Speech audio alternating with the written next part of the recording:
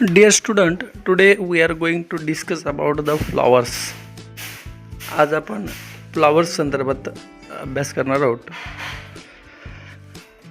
Flowers, you have seen the many flowers. These flowers are very attractive. तुम्ही खूप फुले पाहायला असाल. ती पाहिलेली फुलं खूप आकर्षक असतात. But you can also see the mango tree with the flowering in a spring. तुम्ही पाहायला असाल की आंब्याचं झाड वसंत ऋतूमध्ये सुद्धा फुलाने बहरलेलं असतं. This flowering tree, after some days, these flowers is converted into the sweet mangoes. ही जी फुलं आहेत, आंब्याच्या झाडाची फुलं, त्या फुलांचं आंब्यामध्ये रूपांतर झालेलं असतं. आणि we eat that mangoes and discard the seeds. आपण ते आंबे खातो आणि ते आंबे खाल्ल्यानंतर त्या बिया फेकून देतो. What happen after the discarding the seeds? That seed germinates and a new plant come in the world. त्या बीचा अंकुर फुटतो आणि नवीन रोप जन्माला येतं. That means the flower is a help to create the new plant. फुलं, याचा अर्थ असा आहे की फुलं नवीन वनस्पती जन्माला घालण्यास मदत करतात. This is the reproductive part of a plant. It help to reproduction in a plant. म्हणजे हा फुलांच्यामुळं झाडांची पुनरुत्पादकता म्हणजे पुनर्जन्म होत असतो. त्याच्यासारखंच एक नवीन झाड निर्माण करण्यासाठी, पुनरुत्पादन करण्यासाठी फुलांचा उपयोग केला जातो. आपण स्क्रीनवर पाहतात खूप सुंदर सुंदर काही फुलं आहेत. ही या फुलांचा काही उपयोग सुद्धा आहे. There are various applications of a flower in our real life. Even though the flower is a reproductive part in a plant, these flowers are also helpful to us. जरी त्या झाडांच्या मध्ये पुनरुत्पादन करण्यासाठी फुलांचा उपयोग होत असला तरी सुद्धा आपल्याला सुद्धा त्या फुलांचा खूप उपयोग आहे. काही उपयोग मी तुम्हाला सांगतो आणि मग नंतर आपण या फुलांचा अभ्यास करायला पुढं जाणार आहोत. आता तुम्हाला स्क्रीनवर दिसत असेल, what is the name of this flower? Yes, what is the name of this flower? Rose. Everyone like this rose. प्रत्येकाला हे रोज आवडतात, गुलाब आवडतात. You know what is the use of this rose? तुम्हाला माहिती आहे याचा उपयोग काय आहे? Roses are uses in the relieving the stomach pains. म्हणजे काय? स्टमक म्हणजे माहिती आहे तुम्हाला? पोट. त्या पोट दुखीपासून रिलीफ मिळण्यासाठी, त्या पोटदुखी कमी करण्यासाठी या रोजीसचा उपयोग करतात. एवढंच नाही, in diarrhoea as well as cancer treatment roses are uses. Cancer ट्रीटमेंटमध्ये सुद्धा आणि डायरिया म्हणजे डायरियामध्ये सुद्धा आपल्याला या रोजचा म्हणजे गुलाबांचा उपयोग केला जातो. जुलाबमध्ये डायरिया, जुलाबमध्ये सुद्धा या जुलाब ट्रीटमेंट जुलाबावरील ट्रीटमेंटसाठी सुद्धा या रोजीसचा उपयोग केला जातो, गुलाबचा उपयोग केला जातो. आता अनेक फूल पाहू आपण. Sunflower. What is the use of this sunflower? Sunflowers, हा, yes, we can get the edible oil from this. आपण खाद्यतेल याच्यापासून मिळवतो. As well as sunflower play very vital role in ulcer treatment. Ulcer ट्रीटमेंटमध्ये या सनफ्लॉवर खूप महत्त्वाची भूमिका बजावतो. Ulcer is a very important part of our body, and sunflower is a help in a ulcer treatment. The next one is lotus. Lotus म्हणजे काय? कमळ. कमळ तुम्हाला माहिती आहे? हे कुठल्या देवाला आवडतं हे फूल? हां, लक्ष्मीला. बरोबर. आपण प्रत्येक लक्ष्मीपूजेला आपण हे फूल आणत असतो.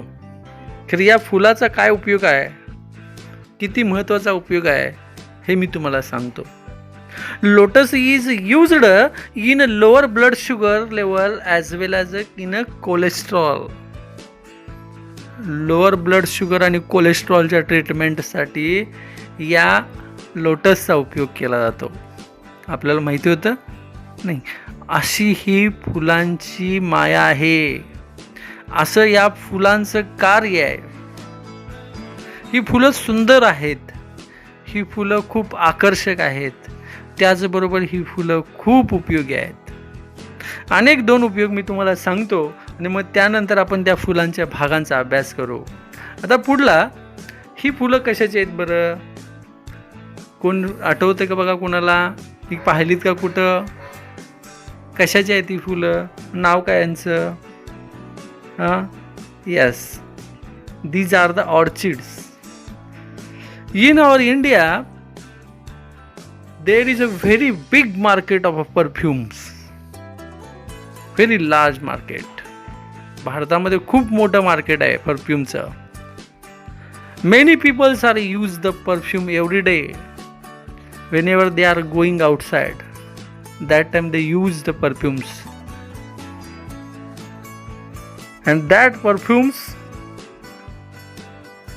are made by the orchids. ते जे परफ्यूम्स असतात ते परफ्यूम ऑर्चिड करून बनवलेले असतात. जे ऑर्चिडपासून परफ्यूम बनवलं जातं आणि ते परफ्यूम आपण वापरतो नेहमी इकडं तिकडं समारंभाला जात असताना. पुढलं हे फूल आहे लिलीचं. लिलीचा उपयोग कशासाठी केला जातो बघा? हे जे लिली आहे, ह्या लिलीचा खूप महत्त्वाचा उपयोग आहे. These lilies are used in snake bite and healing wounds. म्हणजे जेव्हा साप चावतो त्यावेळेला सर्पदंशावर इलाज म्हणून लिलीचं फूल वापरलं जातं. तसेच हिलिंग वुंड्स म्हणजेच आपल्या जखम भरून काढण्यासाठी, जखम लवकर बरी करण्यासाठी लिली फुलाच्या साहाय्याने बनवलेली औषधं वापरतात. अशा पद्धतीनं या फुलांचा आपल्या जीवनामध्ये खूप उपयोग आहे. आता आपण त्या फुलांच्या बारकाईने अभ्यास करूया आणि त्यांच्या भागांचा अभ्यास करूया. Children, if you see this flower, this green part like a stem, it is called as a pedicel, and this white part which is within or inside the flower is called as a ovary. Next is sepal, these leaf-like structures. Okay, this is corolla, this is petals, these are filament, this is style, and these are stigma, and these are anther. So these are the parts of flower. We will see one by one what are the functions of these. Okay, now children, if you see here, the flower is shown to you. A flower is made up of 4 concentric whorls: the calyx, the corolla, the androecium, and the gynoecium. The calyx is the outermost whorl and is made up of leaf-like structures called sepals. The next floral whorl, the corolla, is made up of familiar colorful delicate structures called petals. Okay, in this layer that attracts insects. Okay, next the plant male reproductive part is androecium, which is comprised of stamen. Each stamen is a thin long filament on which the anthers are present. These anthers contain pollen. As they mature, they split open and release pollen grains. Next is gynoecium, is a flower female reproductive organ. This organ contains swollen ovary at the base, a long tubular structure known as style, and sticky tip called stigma. Okay, these were the parts of the flower. तर विद्यार्थी मित्रो, आता आपण पाहणार आहोत ते म्हणजे फुलांचे भाग. The part of a flowers. And the part of a flower, this is the first part of a flower, that is called calyx. Calyx हा outermost part असतो. The calyx is the outermost part of a flower. Now you are seeing that this image on your screen. You can see in this image you are looking the many leaves like green color, small leaves. That small leaves, that are not a small leaves. That names are called sepals. तुम्हाला स्क्रीनवर जे दिसतं सर्व पानांच्या सारखं छोटं छोटं, तर ती पानं नाही आहेत, ते पानांसारखं दिसतं, त्याला सॅपल असे म्हणतात. आणि हे जे पूर्ण आहे, the set of sepals. Set of sepals म्हणजे आता इथं आपण जर बघायचं झालं 1 2 3 4 असे जे सेट ऑफ सॅपल्स आहेत, ह्याच्यापासून बनलेलं जे आहे त्याला म्हणतात कॅलेक्स. हे पूर्ण कॅलेक्स आहे. कॅलेक्स म्हणजेच काय? A set of sepal. This is a outermost part of the flower. हे फुलाच्या सगळ्यात बाहेरचा भाग आहे. And the function of this the calyx is, it is the protect to flower in a bud stage. जेव्हा हे फूल कळीच्या स्वरूपात असतं, कळीच्या रूपात असतं, तेव्हा त्याचं संरक्षण करण्याचं काम या कॅलेक्सचं असतं आणि ते कॅलेक्स करत असतं. जर हे नसतंच तर त्या कळींचं म्हणजे त्या फुलाचं संरक्षण झालं नसतं, त्या कळीचं संरक्षण झालं नसतं तर ते फुलच अस्तित्वात आलं नसतं. त्यामुळे सगळ्यात बाहेरचा जो भाग आहे हा calyx. It is a set of sepal. Calyx, the unit of the calyx is a called sepal. म्हणजे इथं तुम्हाला हे जे दिसतात हे सॅपल्स आहेत. तर हे जे सॅपल्स असतात, ह्या सॅपल्समुळंच त्या कळीचं संरक्षण होत असतं. जनरली तुम्ही बघितलात तर फुलांना 5 सॅपल्स असतात. तर यामध्ये या इमेजमध्ये you can see in this image you can see very clearly what is the calyx and the sepals. This is a very beautiful image and it will clear your concept of the calyx and the sepals. या इमेजमध्ये तुम्हाला सहज कॅलेक्स म्हणजे काय हे समजेल आणि सॅपल म्हणजे काय समजेल. ह्याच्या ही जी पानं दिसतात हे सॅपल्स आहेत आणि हे पूर्ण जे बनलेलं आहे याच्यापासून हे हे हे हे याच्यापासून त्याला कॅलेक्स असे म्हणतात. आता मला वाटतं की तुम्हाला कॅलेक्स म्हणजे काय हे लक्षात आलं असेल. मी पुन्हा एकदा सांगतो की कॅलेक्स म्हणजे काय. Calyx is a set of a sepal and it protect to flower in a bud stage. Calyx is a set of a sepal and it protect to flower in a bud stage. तर अनेक सॅपल्सपासून बनलेलं असतं ते कॅलेक्स आणि हा कॅलेक्स फुलाला बड स्टेजमध्ये protect करतो, संरक्षण देत असतो. आता आपण पुढला भाग पाहणार आहोत फुलाचा, तो त्याच्या आतील भाग, इनर पार्ट. तर तो आहे कोरोला. हा कोरोला खूप अट्रॅक्टिव्ह पार्ट असतो. Corolla is a very attractive part of a flower. Corolla is formed by the number of petals.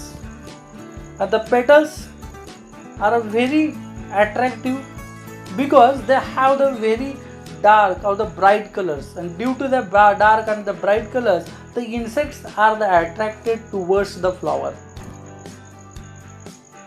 हे जे कोरोला आहे, हे कोरोला फुलाचा खूप आकर्षक भाग आहे. जर यामध्ये बघितला तर तो एक समूह असतो, पाकळ्यांचा समूह असतो, त्याला कोरोला असे म्हणतात. आणि या पाकळ्यांचा जो रंग असतो तो रंग गडद ब्राईट असा असल्यामुळं अनेक कीटक त्याच्याकडे आकर्षित होतात. Due to the attractive colour of the petals, the insects are attracting towards the flowers and the process of pollination take place. This is a very vital process in a life of a flower, and this is a take place due to only the color of a petals, and that color is always attractive. म्हणजे Corolla जो आहे तो Corolla हे अनेक पाकळ्यांच्या पासून बनलेला आहे, तुम्हाला स्क्रीनवर दिसत असेल. तर ह्या अनेक पाकळ्यांच्या पासून बनलेला आहे, त्याला कोरोला असे म्हणतात. आणि त्या पाकळ्यांच्या समूहालाच कोरोला असे म्हणतात. त्यात अनेक पाकळ्या असतात आणि त्या पाकळ्यांचा रंग जो असतो तो खूप गडद ब्राईट उजळ असतो. त्यामुळं अनेक कीटक त्याकडे आकर्षित होतात आणि त्यामुळे पॉलिनेशनची म्हणजे परागणाची क्रिया ही अत्यंत महत्त्वाची जी क्रिया आहे ती क्रिया पार पडते. You know very well the flower is हे जे फूल असतं हे फूल काय असतं तर फूल हे reproductive part of a plant असं म्हटलं जातं. आणि reproductive part of a plant असं म्हणायचं कारण हे आहे की pollination it is a one process of the reproduction of a plant.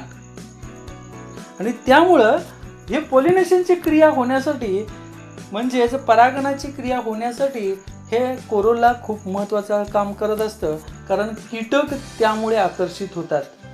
आपण जर बघितलं अनेक फुलांचे कोरोला या इमेजमध्ये तुम्हाला स्क्रीनवर दिसत असतील आणि खूप सुंदर सुंदर कोरोला आहेत, लाल आहेत, केसरी आहेत, पांढरे आहेत.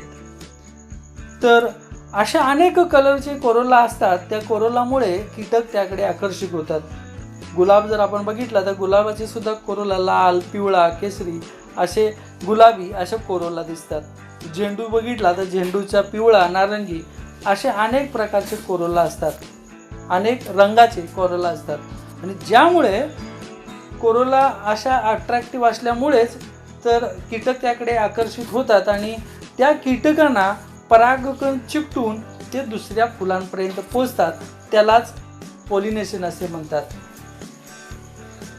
जे pollen grains असतात ते pollen grains whenever the insects are sit on the corolla, that time pollen grains are stick to the insects and that pollen grains travel with that insects towards the another flower, and due to this process the pollination take place, or this process is called the pollination.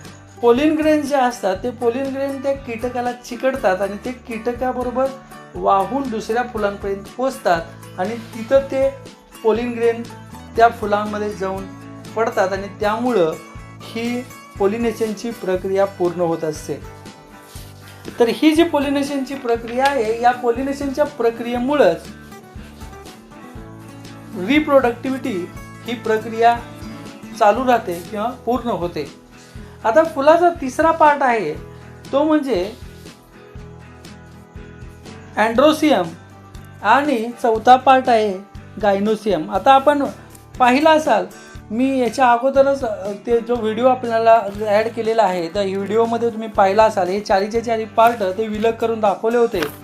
यामध्ये सुद्धा दाखवण्याचा मी प्रयत्न करतोय की अँड्रोसियम हा कोरोलाच्या आतला भाग आहे आणि तो हे जे आहेत हे चार छोटे छोटे असे धाग्यांसारखे भाग दिसतात. तर यांचा समूह म्हणजे अँड्रोसियम आहे. अँड्रोसियम हा एक 4 युनिट्सचा किंवा 5 युनिट्स पासून बनलेला असतो. ते जे युनिट आहे त्याला म्हणतात स्टेमेन्स. हे ॲक्च्युली हे जे अँड्रोसियम आहे हे या फुलामध्ये व्यवस्थित दिसेल तुम्हाला. तर हा जो समूह आहे याला अँड्रोशियम असे म्हणतात. हा आणि हा जो भाग आहे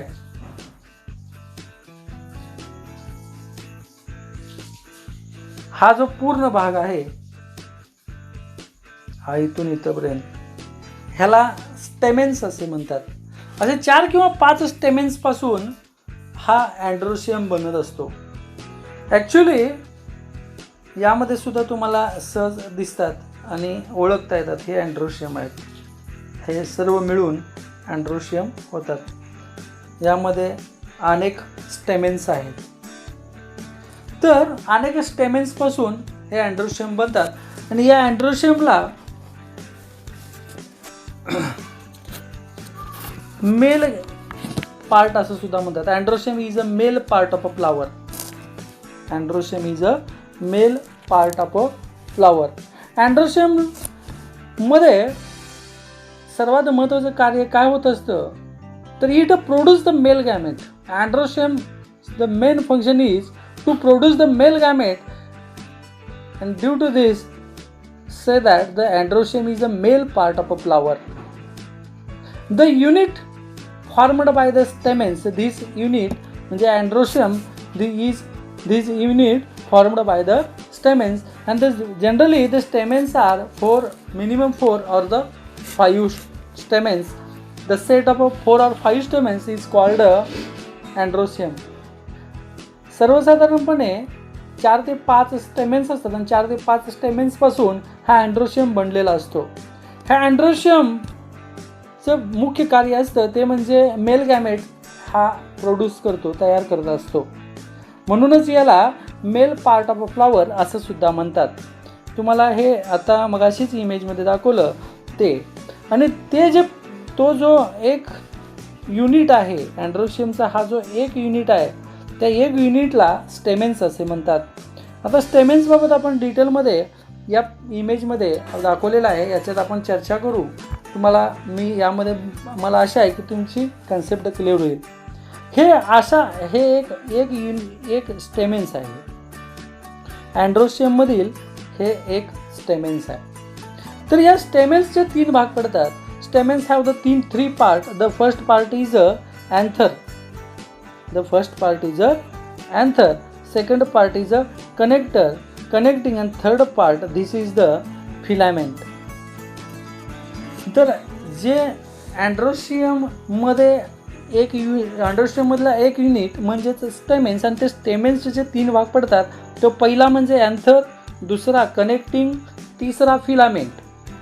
if you cut the anther horizontally then you will get, तुम्ही जर अँथर असा आडवा कापलात तर तुम्हाला इथं पाहायला मिळेल, you can see here the 4 sacs that is called the pollen sac, and these small dots are available in the pollen sac that is called the pollen grains, and these are the male gametes of the flower. तर जर आपण त्या anther आडवा कापला तर त्या आडवा कापल्यानंतर आपल्याला त्या अँथरमध्ये 4 पोकळ्या पिशव्या दिसतात, त्याला पोलिन सॅक असं म्हणतात. आणि त्या पोलिन सॅकमध्ये इथं तुम्हाला दिसत असतील हे छोटे छोटे टिपके दिसत असतात, ते जे आहेत त्याला पोलिन ग्रेन असे म्हणतात. This is the male gamete of a flower. आणि हेच नंतर पॉलिनेशनमध्ये कीटकांना चिकटतात आणि ते दुसऱ्या फुलांपर्यंत पोचतात, किंवा याच फुलामध्ये मगाशी तुम्हाला बोलता सांगायचं राहून गेलं, याच फुलामध्ये एक पार्ट असतो, अनेक पार्ट असतो. सर्वात आतमध्ये गायनेशियम, हा गायनेशियम आहे, हा फिमेल पार्ट आहे. या फिमेल पार्टमध्ये ते पोलिन ग्रेन्स जात असतात आणि मग त्यानंतर ही रिप्रोडक्टिव्हिटीची क्रिया पूर्ण होत असते. तर आपण ते पुढे पाहणार आहोत गायनेशियमचा अभ्यास करताना. तर androecium is a male part of a flower and the main function of the androecium is it produce the male gametes that is called the pollen grains. And the androecium is a set of or the unit of the stamens. Units of a stamens. One single unit is called a stamen, and stamens are divided. The stamens are divided in three parts. That stamens are divided in three parts. The first part is a anther, second part is a connecting, third part is a filament. हे मला वाटते आता तुम्हाला अँड्रोसियम बऱ्यापैकी कळलेला असेल. तर आता फुलाचा इनर मोस्ट पार्ट जो आहे तो गायनेशियम, त्याचा आपण थोडक्यात आपण अभ्यास करणार आहोत. तर तुम्हाला जो स्क्रीनवर दिसतो, तुम्हाला जी स्क्रीनवर दिसत असणारी इमेज आहे ती इमेज आहे गायनोसियमची. This is a innermost part of the flower, that is gynoecium.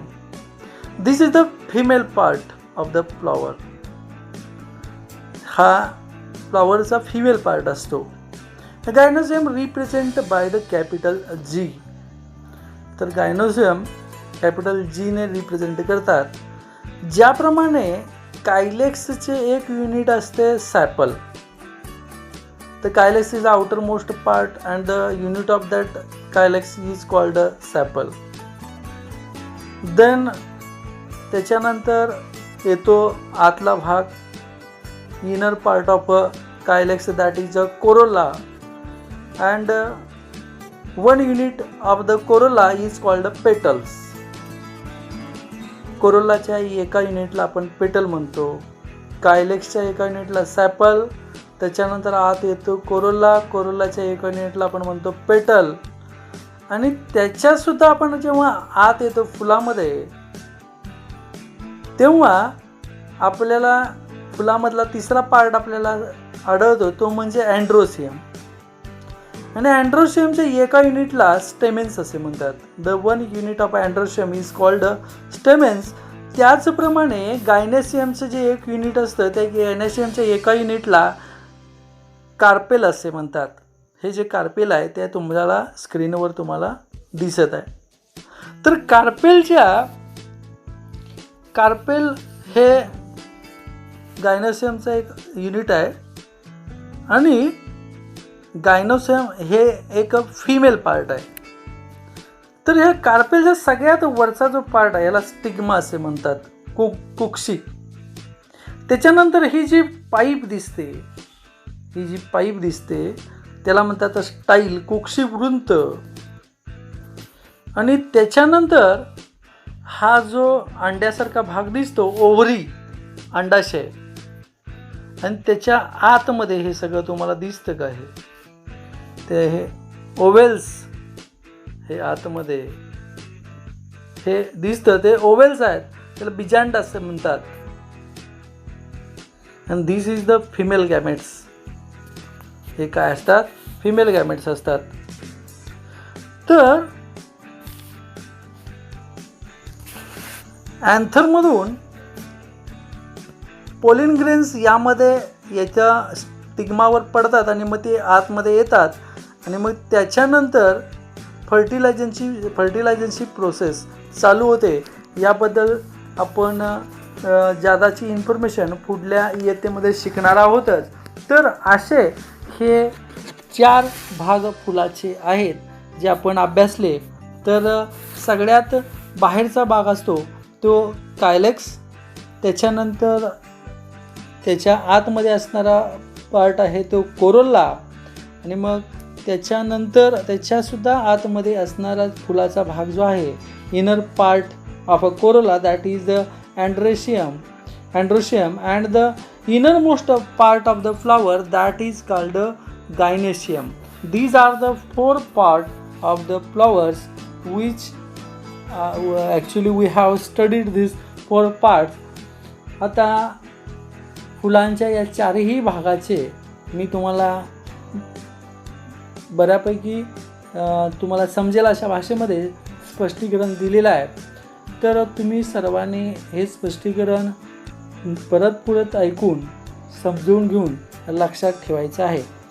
तर याच्या पुढील भाग आपण पाहणार आहोत, तो म्हणजे fruits.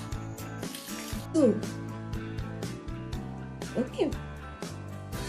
Children, pollination is a process by which pollen is transferred from the anther, that is male part to the stigma, which is a female part of the plant, thereby enabling the fertilization and reproduction enter.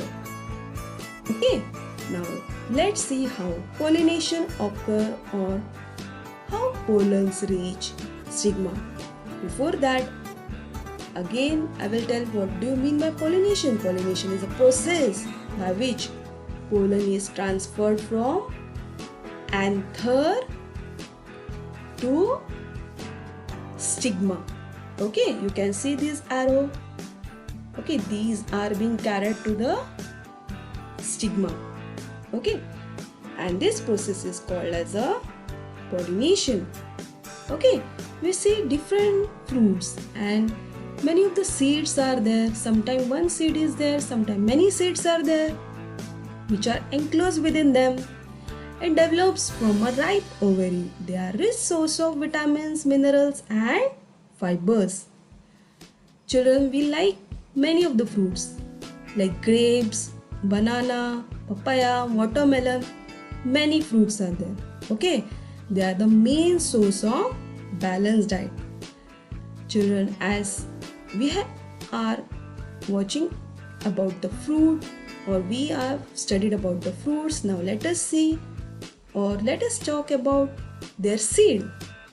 Children, seeds which get divided into two equal parts are called dicotyledonous seeds.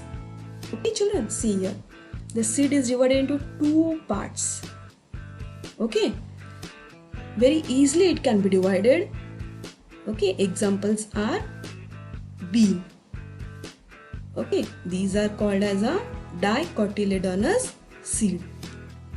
And seeds which do not divide into two equal parts are called monocotyledonous seed.